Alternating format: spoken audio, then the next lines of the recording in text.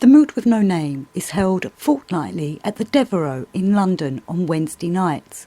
Check out their website for details. The following talk is by Steve Ash and is titled The Watchers. Thanks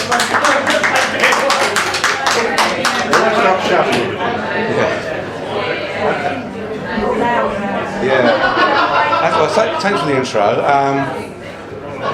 I said a lot at the last talk about the nephilim, and I'm assuming most of you know the basics about the Enochic tradition of the Book of Enoch, based on, as Steve said, the initial writings of in the Book of Genesis, talking about the sons of God bearing the children onto the daughters of men, being the nephilim. That's the basic line, elaborated on in the Book of Enoch.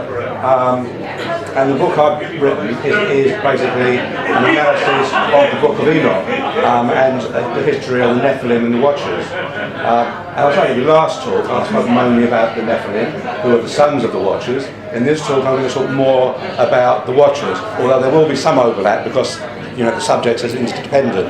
We can't really talk about the Watchers without talking about the Nephilim and vice versa. So there will be some sort of overlaps, but not really. But I don't see many people who were at the last talk, so that doesn't matter too much. So the book itself, and I've got a few copies, I've got 6 copies left of the first draft if anyone wants to buy any later. They're a tenner each. The book itself is the results of my research into this whole Enochic tradition. Started off as a curiosity about this verse in Genesis and led on to an analysis of the terms and the etymology of the terms, which surprisingly opened up a whole panorama of ideas that completely transformed at least my knowledge of what the Nephilim and what the Watchers were. Well, not so much the Watchers, but certainly what the Nephilim were.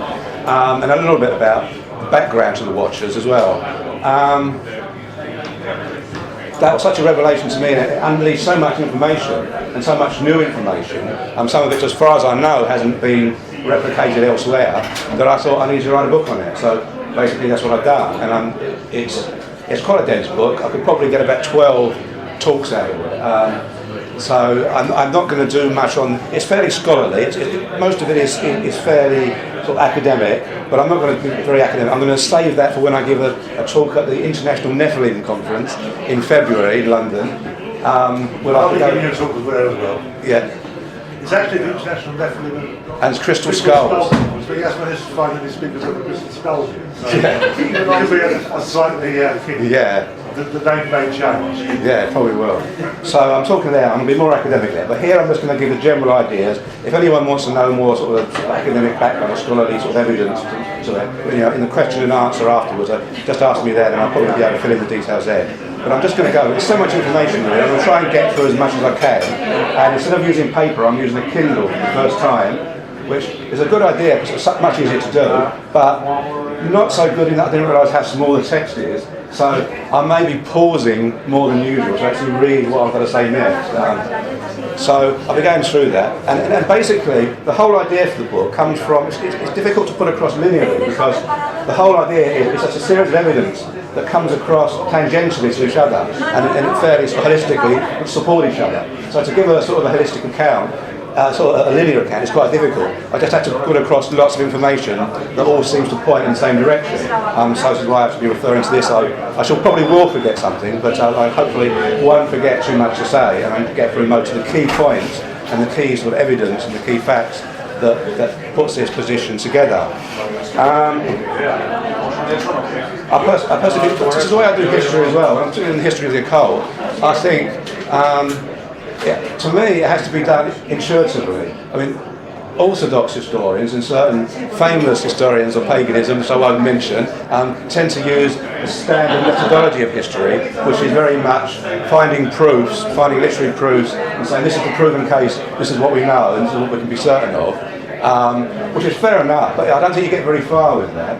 The way I do it is I look for all these evidences, circumstantial evidence, etymologies, even genealogies sometimes, and just see where they're all pointing. So that's a much more holistic way of doing it, much more intuitive. And I use, which some historians do more and more now, I use more a sort of probability to say what is the probable, not what I can prove to be the case, but what is the probable interpretation of all this, given the weight of evidence, and do it in a very probabilistic sort of way, and come out with some sort of like holistic picture that seems in high probability to be the true case. But of course, it may be wrong in some places, and it may be modifiable in the future. I mean, I don't see that as a problem. So, where should I start?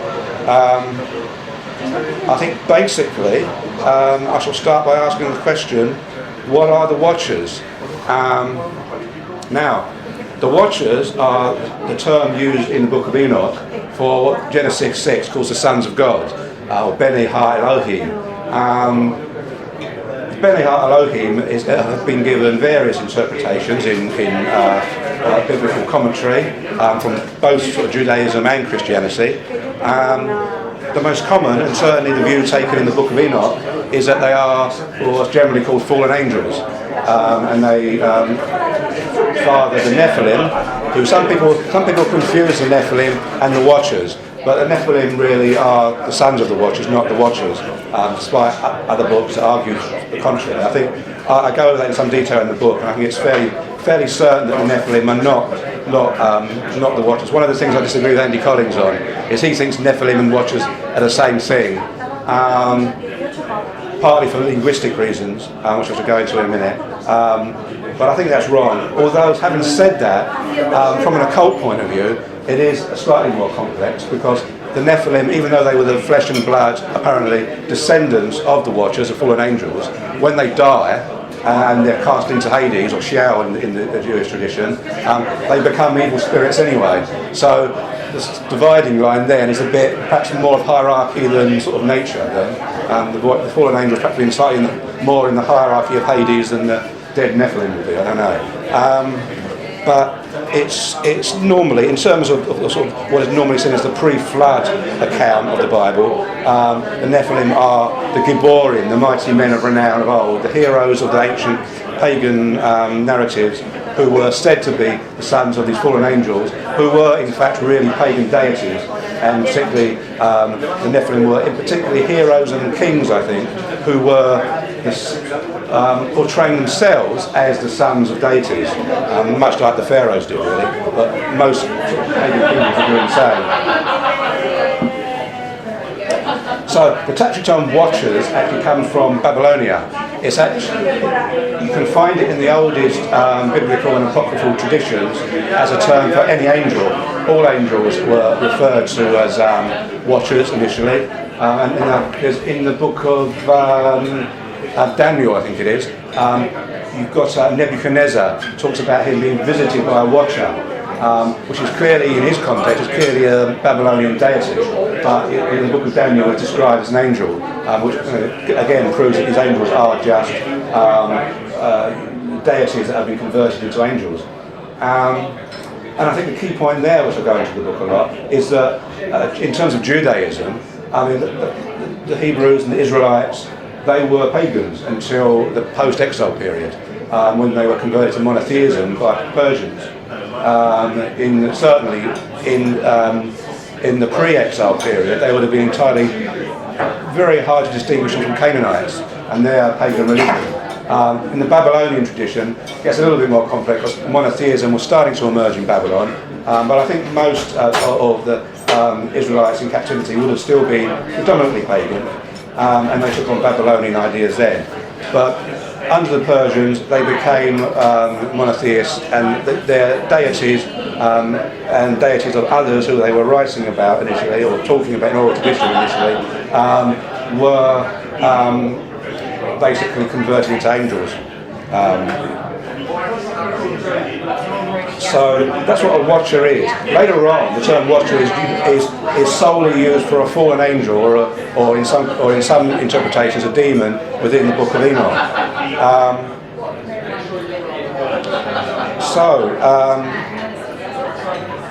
Who were the Watchers originally? I think there's two levels to this. To start off with, there are the Canaanite pagan deities, who were considered enemy deities to the Israelites, who would have been initially seen as like evil deities, who later on became absorbed into the Watcher tradition. It's quite difficult to actually work out this, because presumably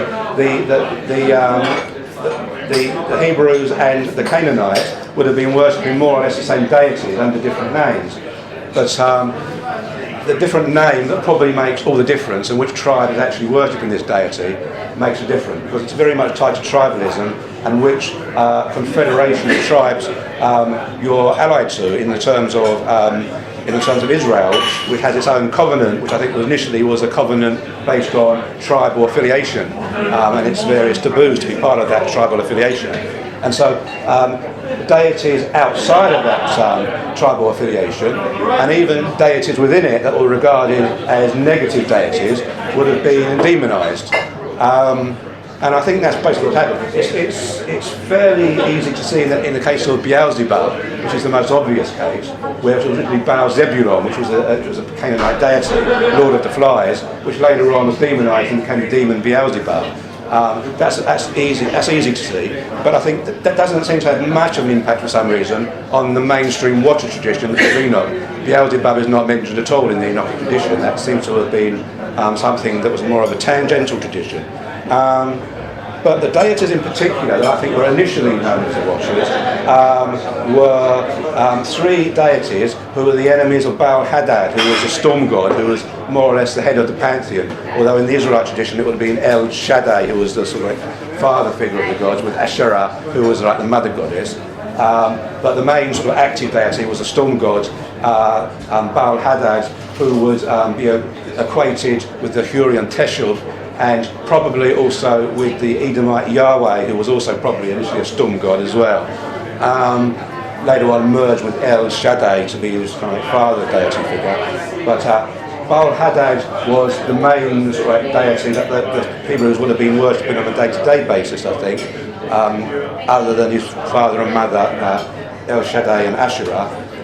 And I think Baal Hadad would have become the main archangels as well, particularly Samael and Uriel probably, who was known as the terror of God, who were basically God's enforcers, basically.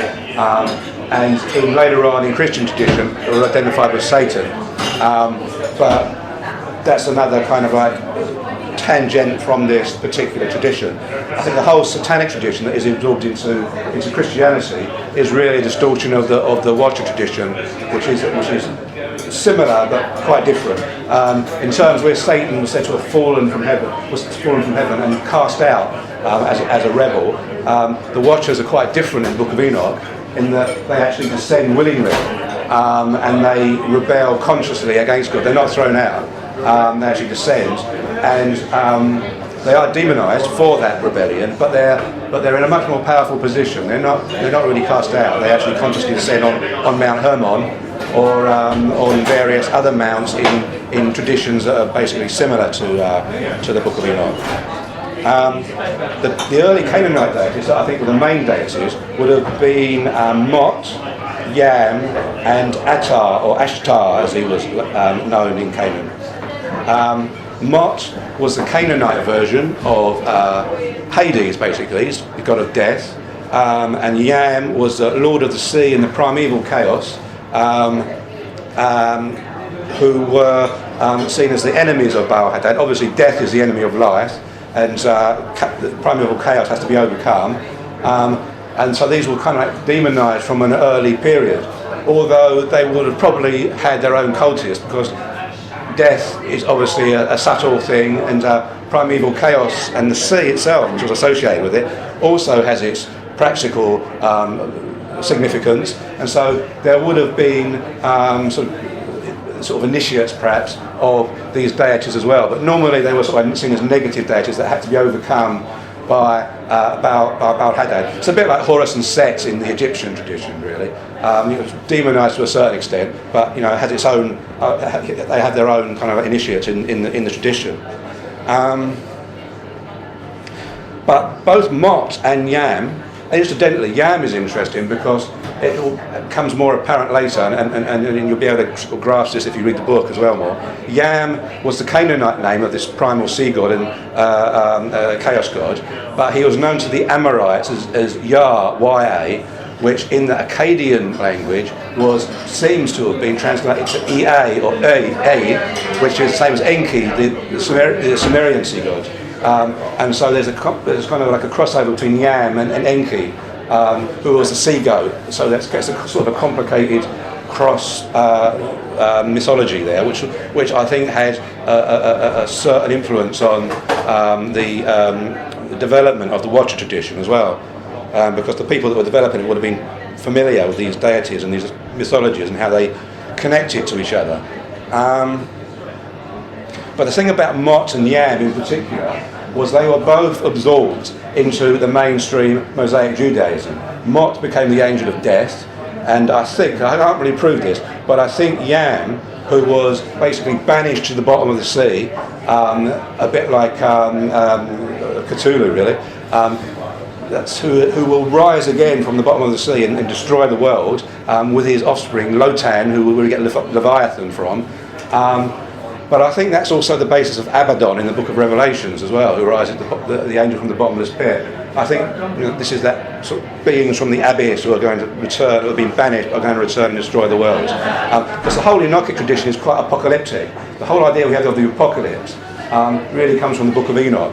And some of these entities are quite destructive entities that get absorbed into these tales of the end of the world and the final destruction that fascinates particularly fundamentalists, but has more interesting uses as well. But those two deities were absorbed into mainstream Judaism, as I say, possibly as Abaddon, but certainly as Leviathan, and as the angel of death. The more interesting one is Ashtar, or Attar, who was the rebel deity, who was called the son of the morning, and was associated with Venus. And probably some of you will be familiar with that association with Lucifer, who he basically was. There's a strange mythology about the morning star. In some pantheons, the morning star is seen as the kind of herald of the sun and the forebearer of the light of the morning, and in the evening, it's form of the evening star, which initially wasn't thought as the same thing as the morning star, except in certain Babylonian secret traditions, it seems. The evening star was associated with the hope of the return of the dawn, so that was seen as a positive thing in some pantheons. And obviously Venus was also associated with a goddess as well, to do with dawn and to do with fertility. But in the Canaanite tradition and in the Arabian tradition, Venus was associated with a deity, a god, who was associated with fertility, but was more associated with Venus as not as a herald of the dawn, but as a rival to the sun. That in the mythology, he appears before the sun, and he's said to be competing with the sun, because Venus being the brightest star. It says he appears as the brightest star, and in his arrogance, he rivals the sun until the sun rises and casts him down, and shows that the sun is the true light. And that passed on through various pagan traditions that demonised Ashtar. But at the same time, he also brought the brains that got rid of the drought, so he was a bit of an ambiguous character. But generally seen as a proud deity. In the Canaanite mythology, when Baal-Hadad is killed by Mot in a kind of a seasonal death rebirth ritual, Ashtar takes the throne, and in his arrogance in the story, portrays himself as the king of the gods until Baal-Hadad returns and throws him off the throne and casts him down into Hades. So obviously you can see a Luciferian sort of like connection with that. But at the same time, he's kind of like a bringer of fertility, and he's a bringer of rain. So he's kind of, and at the same time, also one of the most important gods and one of the most represented gods within the Arabic pantheon, in the pagan Arabic pantheon. So quite important. Associated with an antelope, which is quite interesting, because most of these other deities I've been talking about that became the Watchers, there's goat associations. Ashtar, interestingly, is associated with the Arabian antelope. But interestingly, in a lot of his carvings, you have a picture of an ibex, sort of like a desert goat, looking down at these two antelopes, as if there's a sort of a hierarchical relationship going on there. So that's Ashtar, and I think he's the earliest deity that would have been seen as like a rebel deity, a rebel angel, as later interpreted. But that's a kind of a foundation. It's not the main thing.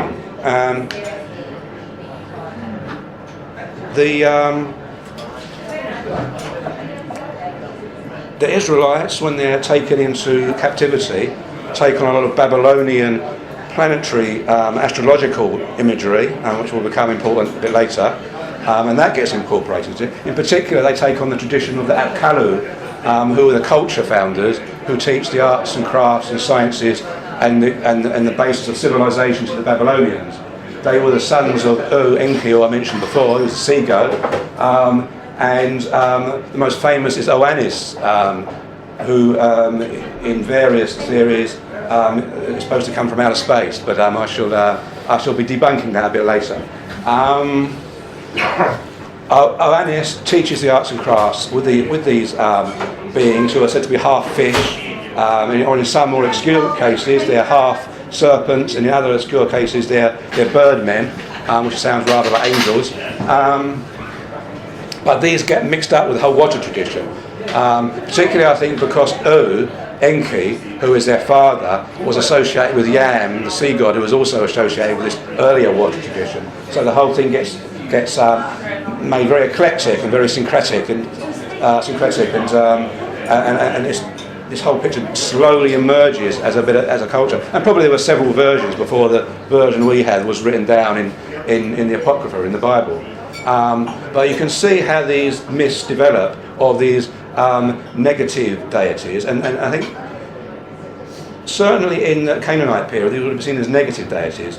In terms of the Babylonian period, I think they begin to become more ambiguous, because as culture givers they're obviously a difficult thing to demonise, because they create civilization.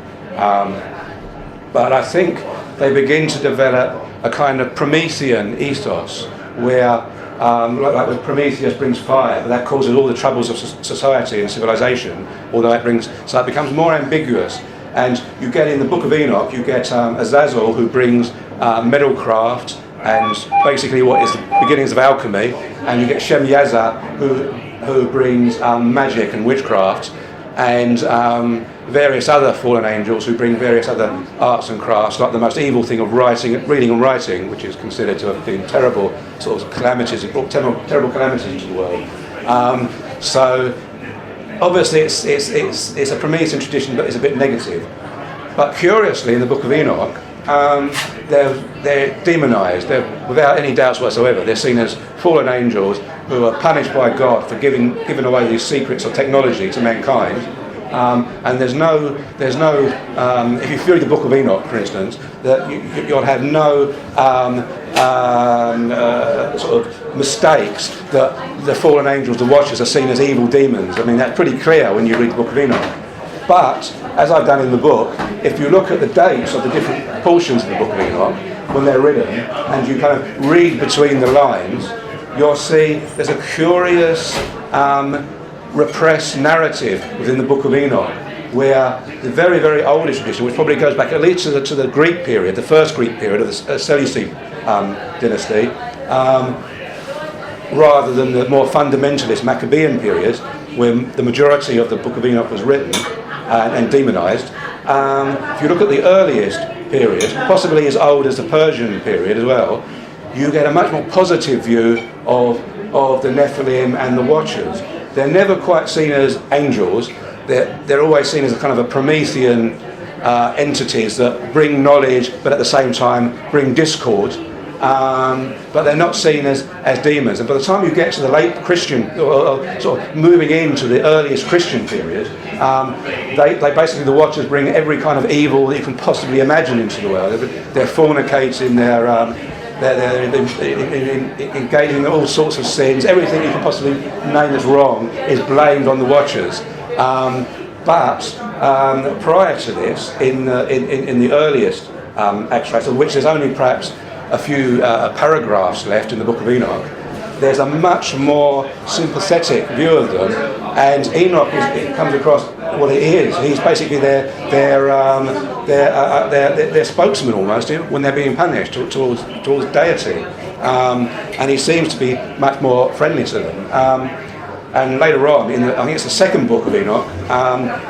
The third book. In the second book, Enoch gets transformed into an angel after he transcends through the 7 levels of heaven in a kind of early Mekabar Kabbalistic tradition. In the third book of Enoch, he gets transformed into Metatron, who is described as the highest archangel. But curious about the etymology of Metatron seems to be leader of the watch or leader of the watchers. So there's a kind of strange thing going on. There's a subtext, there's a sort of repressed subtext going on within the Book of Enoch. I think in the whole Enochic tradition suggests that the watchers are not quite as bad as they're being made out by the Mosaic Judaic fundamentalists, who are trying to put the Nephilim down and the Watchers down as the ultimate satanic evil, although Satan, as I said earlier, is a Christian invention. So you've got this very strange tradition. I think basically the original tradition of the Watchers was just too dangerous to a Mosaic Judaism to not be repressed as demonic. But there does seem to be a survival of it, particularly in Kabbalah, in some passages in the Kabbalah. Obviously, most of the Kabbalah is Mosaic Judaism in the rabbinic tradition, but there are Enochic traditions that still exist within the Kabbalah, which seem to be much older and have kind of merged with this Mosaic Judaism.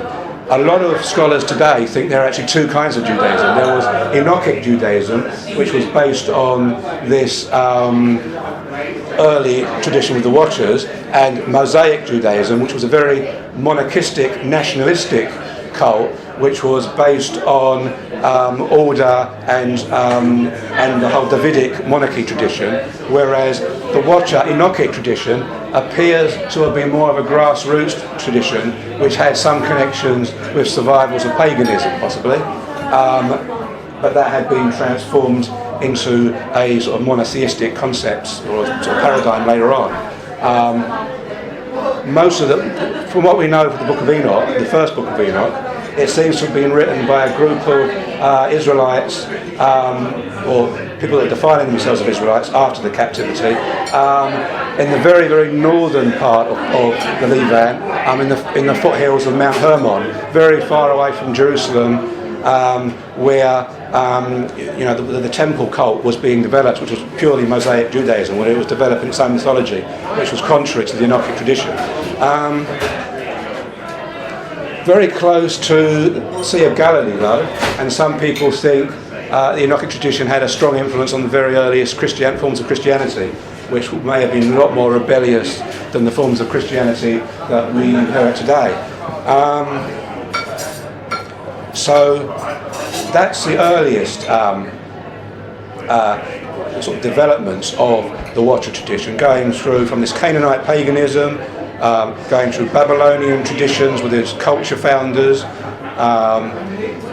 and in particular, I think the whole idea, initially, from what I can tell, and what other scholars have sort of elaborated on, is this whole idea of the Watchers forming mates with the daughters of men is probably a tradition of the Hieroskamos, the sacred marriage in which a monarch was produced in a ritual sexual rite that involved possession by a deity and the production of a son that was the incarnation of that deity, a bit like Crowley's Moonchild, really, which was probably based on that same tradition. And I do in the book, to make the scholarship of the book a little bit more interesting to pagans, I had various sub-chapters, various interludes, where I talk about the occult aspects, and I go into Crowley's Moonchild ritual and various parts of that in quite detail to show the parallels with a possible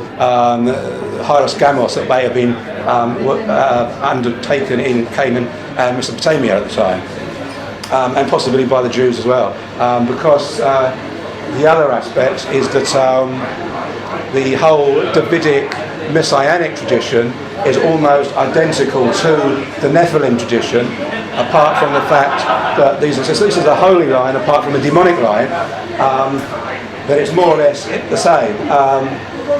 At the start of the Davidic line, where you get the production of Solomon, you get King David mating with Bathsheba, who is going through she was found in a bath, she's going through a ritual which is very much like a Babylonian Horus Gamos ritual, where they produce a divine king, which are probably the same with these pagan kings, produced what were later known as the Nephilim, Gibborim, the mighty men of old.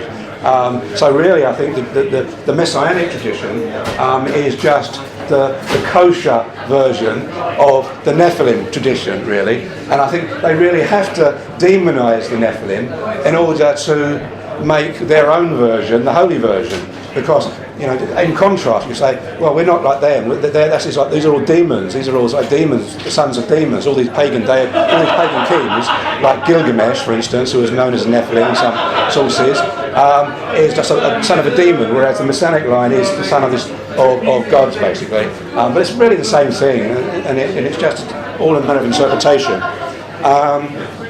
So that's the earliest thing. The most interesting thing is when you get to the Persian period, and when you get the main leaders of the Watchers, who are Azazel and Shemiyaza, who are derived basically, as most books will tell you, from Persian demons, who are earlier Persian divas or Persian nature gods.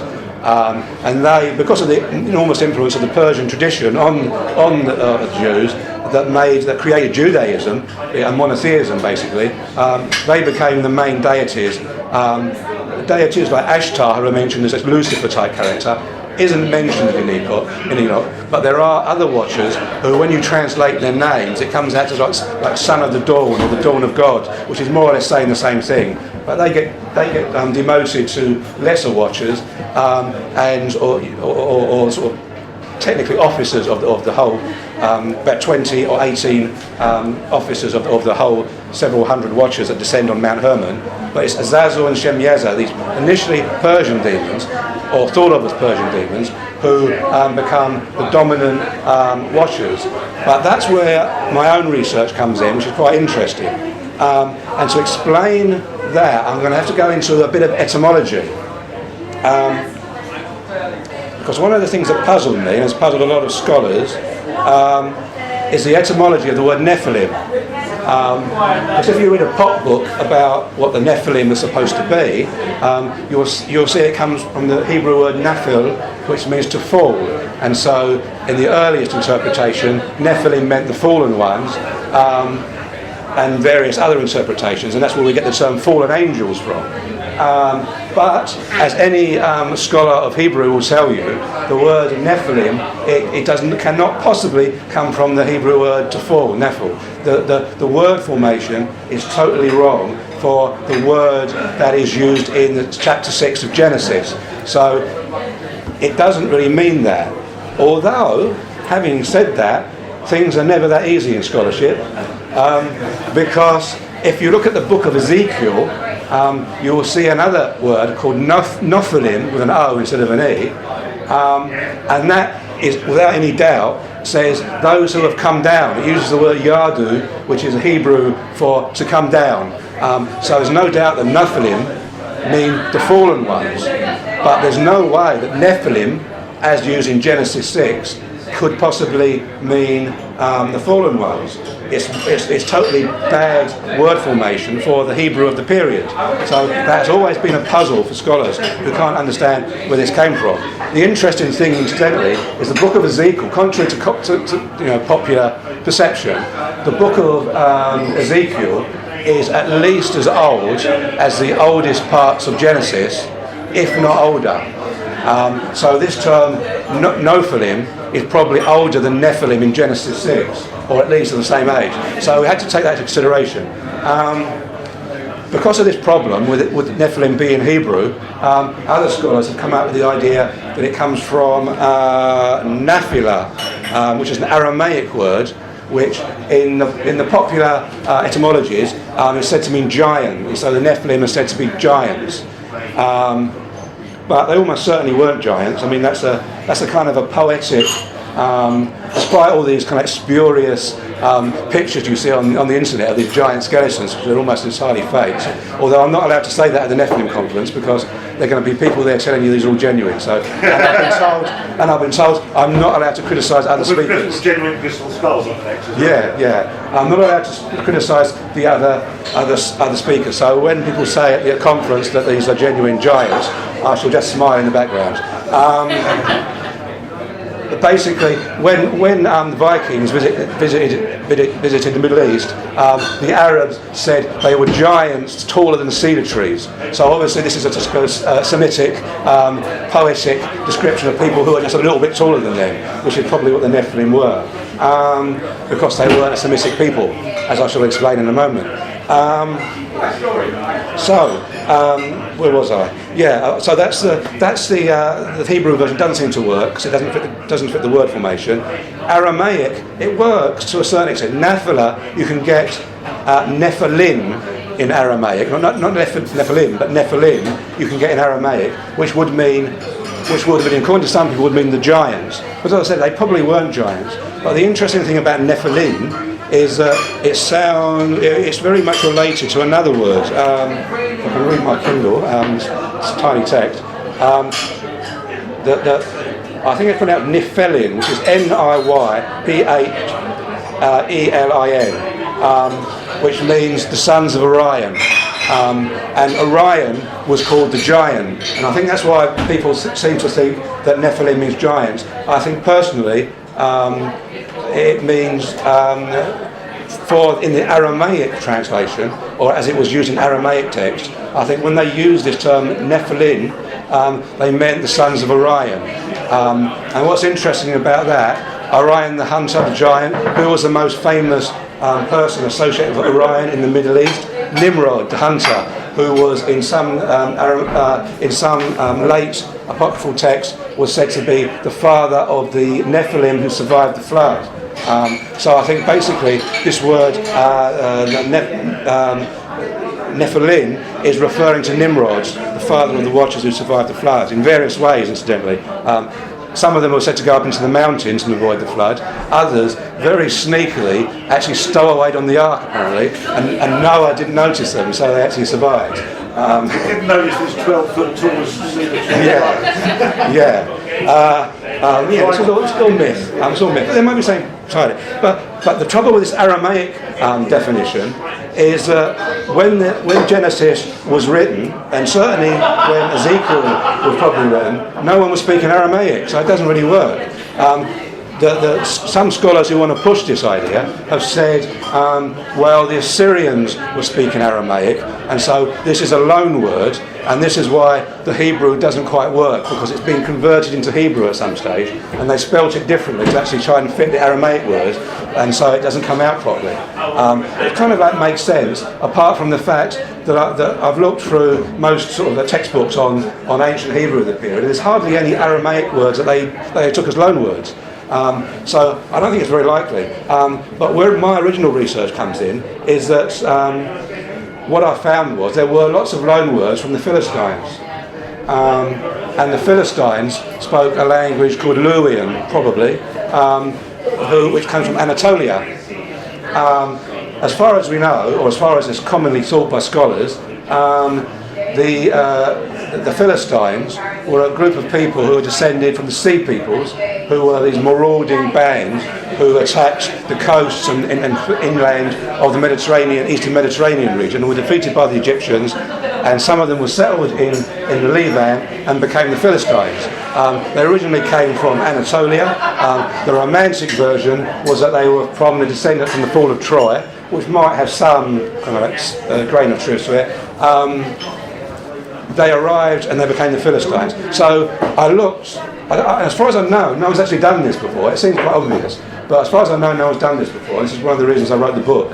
I looked up into ancient Luwian to see if there was any words that sounded like Nephilim that could have been taken from the Philistines. And the most important, I forgot to mention, the most important thing about this was that when I said the only word in the Bible that is like, a proper Hebrew word for the Nephilim, Nephilim, which appears in Ezekiel, and it is associated with the fallen, that is applied to a fallen Philistine warrior.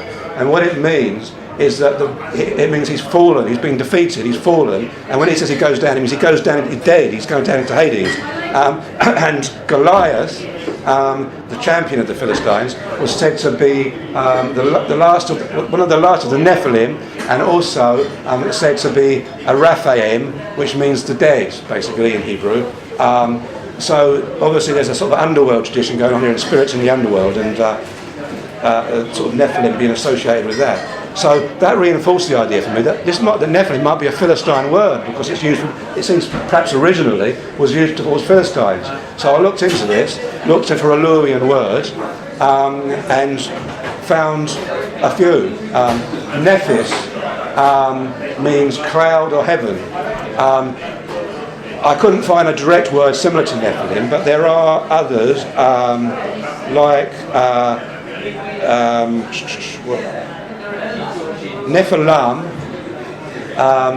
actually Nephilim, but in Hebrew the P will be converted to a PH, so it will be Nephilim, and Nephalu or Nepalu, which would mean either the sons of the clouds or the sons of heaven, which kind of like makes sense for what people were associating with the Nephilim originally, when they were, as I say, associated with these people who said they were the sons of gods, basically, the sort of monarchs of the ancient sort of Canaanites, and therefore.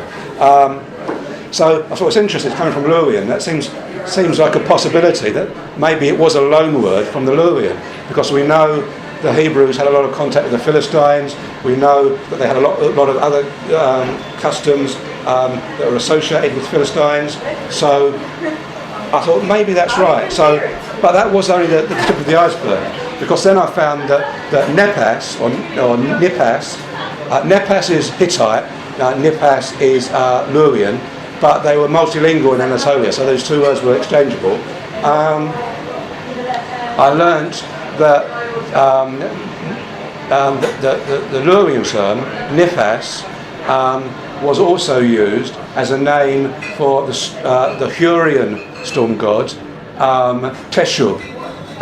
So Nephilim, under that condition, if it was a loan word from the Philistines, could particularly mean the sons of Teshub. Now, Teshub was the chief god of the Hurrians, and as soon as I realised that released a whole avalanche of research, and not least a few synchronicities in which books were practically falling off the shelves, reinforcing this amazing kind of like a cascade of research that kind of like revealed my newest research, which was basically the Hurrians are everywhere. In the whole tradition, Hurrians are everywhere. The flood story, as preserved in the Bible, is a Hurrian tale. Noah is a Hurrian name. Mount Ararat, or the mountains of Ararat, the sacred mountains of the Hurrians. I've got a list here, I'll briefly go through it. Haran, where Abraham originally stopped before, is a Hurrian city. Melchizedek was probably related to the Hurrians. The wife of King David, who I said earlier, who possibly was the first one to produce this messianic line, was the wife of a Hurrian. It's endless. Everywhere I looked when I was doing this research, basically, the Hurrians were everywhere. The other thing about the Hurrians is that they were master horsemen and master charioteers, and so they appeared as mercenaries in practically every army of the period. In fact, most of the Israelite army was Hurrian. Was Hurrian, which is kind of quite interesting, because their myths go everywhere. The Hittites took on most of the Hurrian myths. Also, when I looked into the genealogies of most of the people in the Bible that are referred to as Nephilim, they were either definitely descended from the Hurrians, or it's plausible that they were descended from Hurrians. There's another tradition that almost every monarch in various, whether it's Sumerian, Mesopotamian, Hittite, they're marrying Hurrian princesses, as if there is some lineage that they are trying to preserve. The word Azazel, the chief of the watchers, although there is this gloss from Hebrew, it means rugged or rough, Azazel almost certainly comes from Azza, which is Hurrian for go, and there was a Hurrian goat god called Azza. So I think that is it's too much of a coincidence not to think that this Nephilim tradition were Hurrians. So that's what led me on. I spoke more about that in the talk, and there's loads of it in the book. But that's what led me on to looking at who the later watchers were, who Azazel and Shemyaza were, in relation to basically being Hurrian deities that had been adopted by the Persians as demons.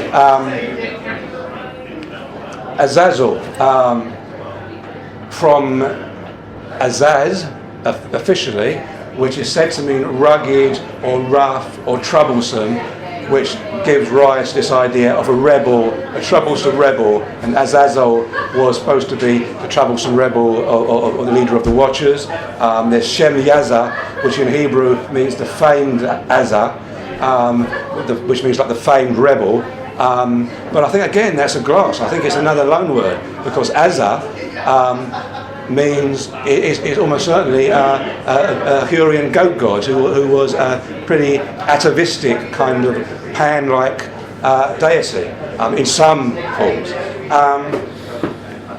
So looking into this and referring this back to the scapegoat tradition of Azazel in the Bible, a lot of people think Azazel is the scapegoat itself, but it's not. If you look at Leviticus, I think it is, where it mentions Azazel as a scapegoat, it says there are two goats that are drawn by lot. One has the tag for God written on it. The other one has for Azazel, and it's cast out into the wilderness as a sin offering. There's a gloss in which saying that Azazel merely means the rough cliff, but I think that's a gloss to hide the fact that the original Jews at the time were pagans, and that this was a god of the wilderness that they were making a sacrifice to.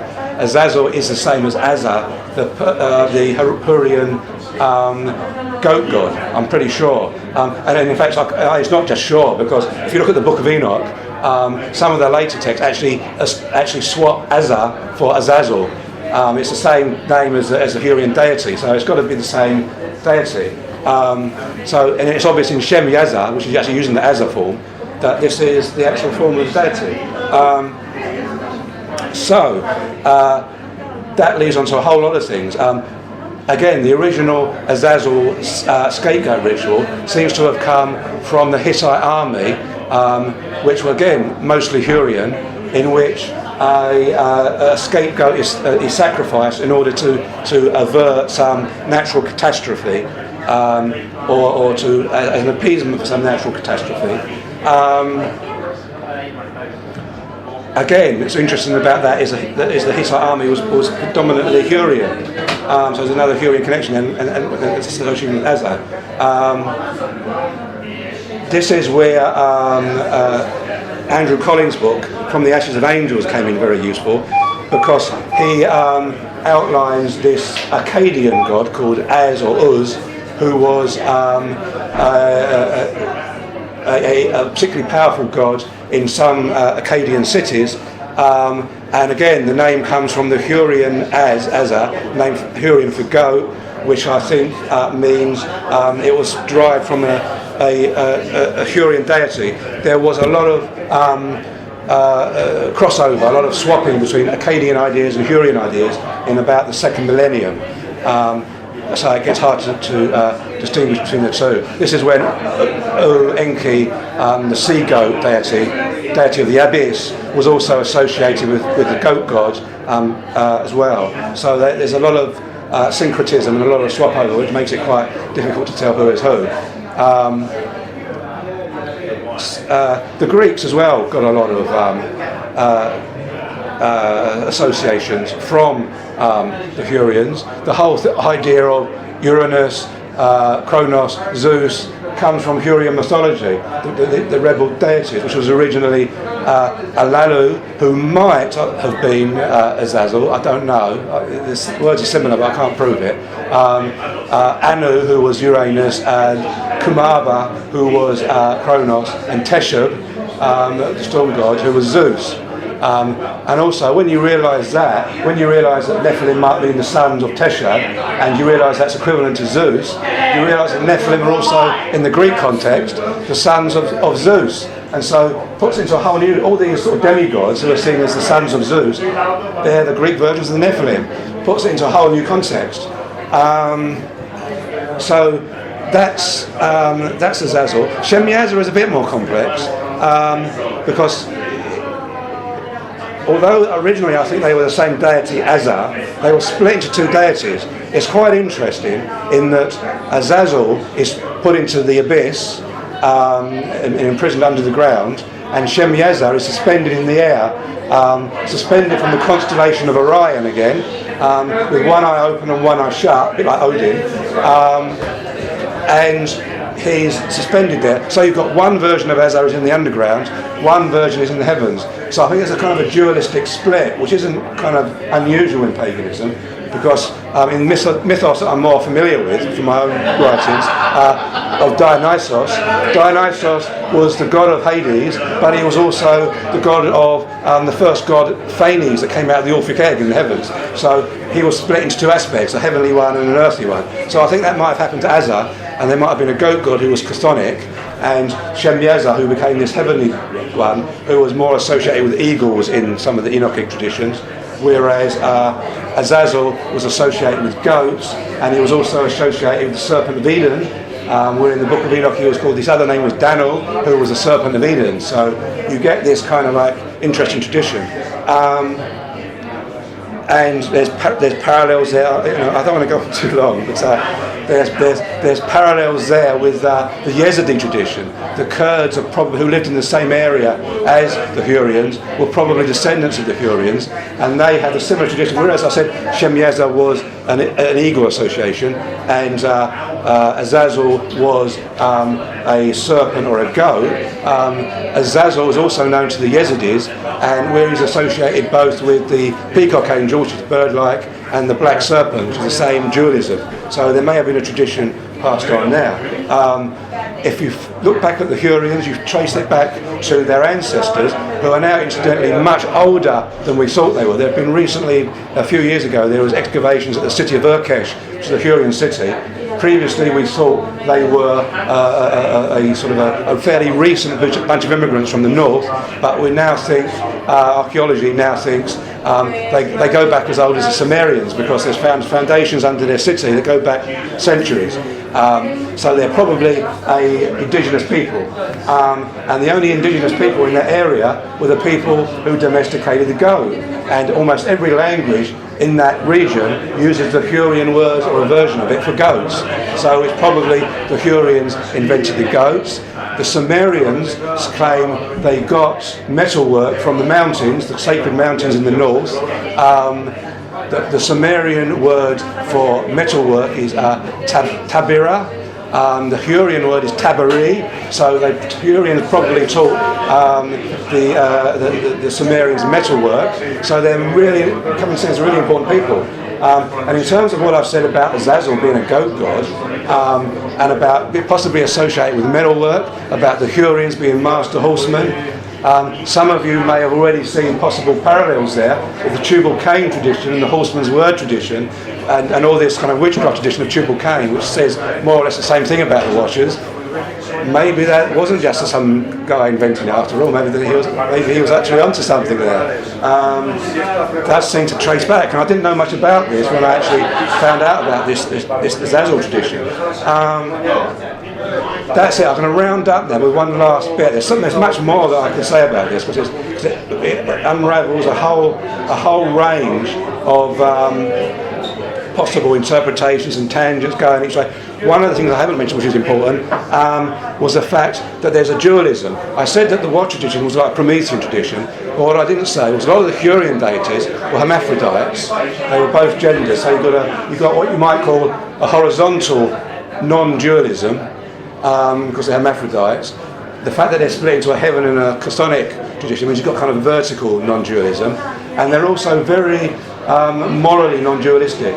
Although the later books of Enoch, the later writings, are very dualistic, very good and evil, the moralism of the earliest texts and the association with the Promethean sort of angels is very ambiguous. It's very non-dualistic. It's not about good and evil. It's a very much more ambivalent, sort of nuanced tradition of morality, and very much problematic, and very much, Enoch has this kind of problems of his conscience about, is he going to support these angels that have been punished by God, who have given man this technology, or is he going to sort of go side with God and ban them? So that's very much more ambivalent. So the whole tradition is very non-dualistic, both in terms of gender, in terms of above and below, and in terms of moral ambiguity. So it's a very non-dualistic tradition. And what do you get when you think of non-dualistic traditions to do with goat gods? You get Baphomet. And is there a connection? It seems impossible to think there's a connection between ancient Hurrian deities and Baphomet. Surely this was something invented by Eliphas Levi in the 19th century. Well, perhaps not, because if you look at the Templars, a lot of them were Burgundians. If you look at the Burgundian mythological genealogy, they say they're descended from the Nibelung. The term from Nibelung comes from the Indo-European word neb, which is the same as which means cloud, which is exactly the same root as nephilim. So maybe there's something going on here. Nephilim, how could it be possible that maybe it's just a coincidence that the Nibelung and Nephilim come from the same root, which is the same root as nebula comes from. Well, maybe not, because in the Book of Enoch, in the Greek version of the Book of Enoch, it says the spirits of the Nephilim were like clouds, and it uses the Greek word for cloud, nephila, which is almost identical to the same root that the Germanics use for Nibelung, or in the Nordic is Niflung. So there's a possible connection there. Also, in the mythic root of the Burgundians, they say they were the sons of Magog,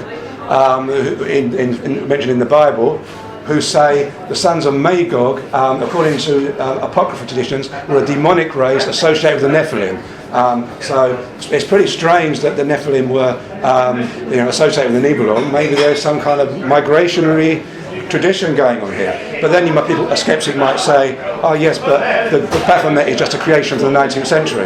But even if you accept that, you have the Abraxas seal, which is like a bird-headed creature with serpent legs, which is again the same dualism of a bird and a serpent. So definitely Templar connections. So combining that with the witchcraft Tubal-Cain tradition becomes very interesting. And this whole non-dualistic thing associated with Baphomet becomes very interesting. But what I'm going to end on is going to go back to the Draco tradition, because the Nephilim were associated with the constellation of Draco, the dragon, the celestial serpent. And there's two interesting things about that. One of them is, if you go back to the original Akkadian god Azza, who was the goat god, he's represented as sitting on a throne at the highest point in heaven, and which the sun is tied on a cord. And there are various interpretations of that. One interpretation is he represents the pole star, which might be associated with the Shemyaza tradition, and this is a kind of like axis of the world in which everything is revolving around, which also ties in with the axis that the precession of the equinoxes go around, which is like the aeons, which is why the whole tradition may be associated with apocalypses, because it's about aeonic traditions. So that's quite interesting that you've got this Az tradition, or who's perhaps later associated with Shemyaza, who was like this heavenly sort of like fallen angel, associated with this being called Az sitting on a throne in this Akkadian diagram. But the real interesting thing that I found was Draco is also mentioned in the Kabbalistic book Sefer Yetzirah. In a very obscure part of the Sefer Yetzirah, which in itself is interesting, because the Sefer Yetzirah is associated with the production of the golem. It's supposed to be a way you produce the golem or produce life. But the interesting thing about that is, if you look at the story associated with the finding of the Sefer Yetzirah, it was actually in legend, it was actually produced by Abraham when he was visited by three angels who announced the birth of his son, and he produced what was called a calf for them. And I can't help wondering if the calf, which was allegedly produced which most people think was just like magically produced using the Sefer Yetzirah, is not a euphemism for the baby that was produced when they was announced by these three angels. So you're getting back to the messianic nephilim tradition again. So the whole Sefer Yetzirah might be the key to producing messianic children and perhaps nephilim, but was later on sort of like was trivialised into producing a golem. But either way, it's about producing life.